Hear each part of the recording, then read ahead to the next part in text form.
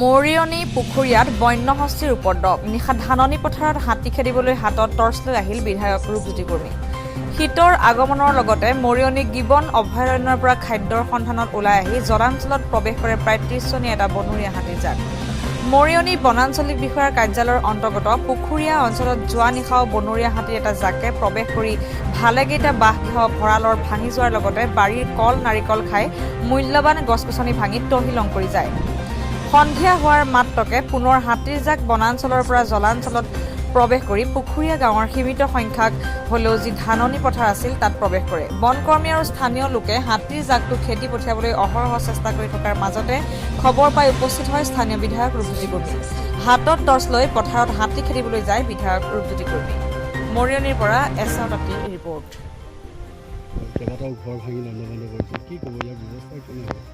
Gibbon অভয়াৰণ্যৰ যি জংঘলৰ বা গছৰ যি এলেকাৰ সেই এলেকাত অভয়াৰণ্যখনত প্ৰায় 10টামান হাতী থাকিব পৰা এটা ক্ষমতা থকা এখন জংঘল বা মানে অভয়াৰণ্য। সেই অভয়াৰণ্যতে এতিয়া হাতী আছে প্ৰায় 70টাতকৈ অধিক। য'ত 60টাতকৈ অধিক হাতী আছে কেনে এটা অৱস্থা হ'ব পাৰে। সেইকাৰণে তাত যি সীমিত খাদ্য এই খাদ্যৰ অভাৱত হাতীসমূহ প্ৰত্যেক দিনাখনে এতিয়া ৰাতি প্ৰায় 12টামান বাজিব হৈছে। আপোনালোকৰ ইয়াত মৰিয়নি প্ৰেছ ক্লাবৰ সাংবাদিকসকলে আজি ইয়াত প্ৰত্যক্ষ কৰিছে। ৰাইজ সকলো টোপনি ক্ষতি। দিনটো কোনোবাই হয়তো ক'ৰবাত হাজিৰা কাম কৰে, ক'ৰবাত খেতিপথাৰত কোনোবা চাকৰিয়াল, কোনোবা হয়তো ব্যৱসায়ী দোকান পোহৰ আছে। সকলোৱে কোনোবা চাহ বাগানত কাম কৰে, সকলোৱে দিনত কাম কৰি আকৌ ৰাতি টোপনি ক্ষতি কৰি কেতিয়াবা বহু মানুহ অসুখত বা বেমাৰত ভুগিব লগা হয়। এসপ্তাহ 10 দিন যদি এনেধৰণে টোপনি ক্ষতি কৰে। সেইকাৰণে এই হাতী মানুহৰ যিটো সংঘাত এইটো লৈ আমাৰ অসমৰ মাননীয় মুখ্যমন্ত্ৰী ডক্টৰ হিমন্ত বিশ্ব শৰ্মা ডাঙৰীয়াক আমি অৱগত কৰাত আমাক কেইদিনমান আগত আমাক টৰ্চ লাইট আমাক প্ৰদান কৰিলে।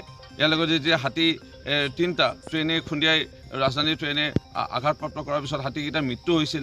সেই ঘটনাৰ পিছতে আমি 13জন মানুহ যি পূৰ্বতে লকডাউনৰ সময়ত তেওঁলোকক কামৰ পৰা আঁতৰাই দিয়া হৈছিল, ট্ৰেইন লাইনত হাতী পঢ়াৰ বাবে তেওঁলোকক নিযুক্তি প্ৰদান কৰিলে। সেইকাৰণে মাননীয় মুখ্যমন্ত্ৰী মহোদয়ৰ ওপৰত আমাৰ বিশ্বাস আছে। যেতিয়া আমি হাতী মানুহৰ সংঘাতৰ সময়ত বিষয় লৈ পেলাই তেখেতক অৱগত কৰিছোঁ, আমাক লগে লগে 13জন মানুহক নিযুক্তি প্ৰদান কৰা, লগে লগে আমাক টৰ্চ লাইট আমাক প্ৰায় 100তকৈ অধিক টৰ্চ লাইট আমাক প্ৰদান কৰিছে। আমি গিবন অভয়াৰণ্যৰ কাষৰীয়া গাঁওসমূহত আমি ইতিমধ্যে প্ৰদান কৰিলোঁ। বহু অঞ্চলত এতিয়াও প্ৰদান কৰিব বাকী আছে। মাননীয় মুখ্যমন্ত্ৰী মহোদয়ক আজিও মই গুৱাহাটীত যেতিয়া আগবেলা আছিলোঁ মই পত্ৰ এখন দি আহিছোঁ। মই আশা ৰাখিছোঁ মাননীয় মুখ্যমন্ত্ৰী মহোদয় ডিব্ৰুগড় গ'ল, পত্ৰখন নিশ্চয় গুৰুত্ব সহকাৰে